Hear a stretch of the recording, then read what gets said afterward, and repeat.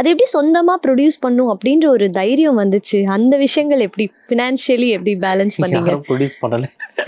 அதுக்கப்புறம் நாங்களே கெட்டி நடத்தான். இந்த லைனு ஹில் ஸ்டேஷன், ஐயோ மழைனாவே இந்த வாழ்க்கை வாழ்வாதாரம் வழி வேதனை தூக்கிட்டு வந்துருவாங்கன்ற சொன்ன ப்ரொடியூசர்ஸ்லாம் இருக்காங்க. ஓகே. அந்த மாதிரி சொன்னவங்களும் இருக்காங்க.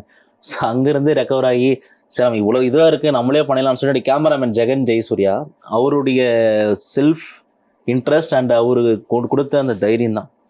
அவர் தான் இந்த படத்துடைய ப்ரொடியூசர். என்னோடய கேமராமேன் தான். நிறைய பேர் சேர்ந்து தான் ஒர்க் பண்ணியிருக்கோம். பட் அங்கேருந்து தான் நம்மளே யாருமே இல்லை டைமில் நம்ம ஒன்று உருவாக்குன்ற ஜோனுக்குள்ளே தான் கெட்டி நான் அதுக்கு ப்ரொடக்ஷன் எடுத்து.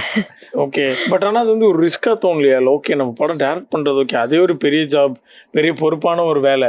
அதை தாண்டி நம்ம ப்ரொடியூஸும் பண்ணுறோன்னா ஒரு டீமாக இருக்கிறப்போ அது இன்னொரு பெரிய பொறுப்பு. ரிஸ்க்குன்ற சென்ஸ் தாண்டி நமக்கு பிடிச்சிருக்கு, நம்ம ஒரு வாய்ப்பு உருவாக்கணும்.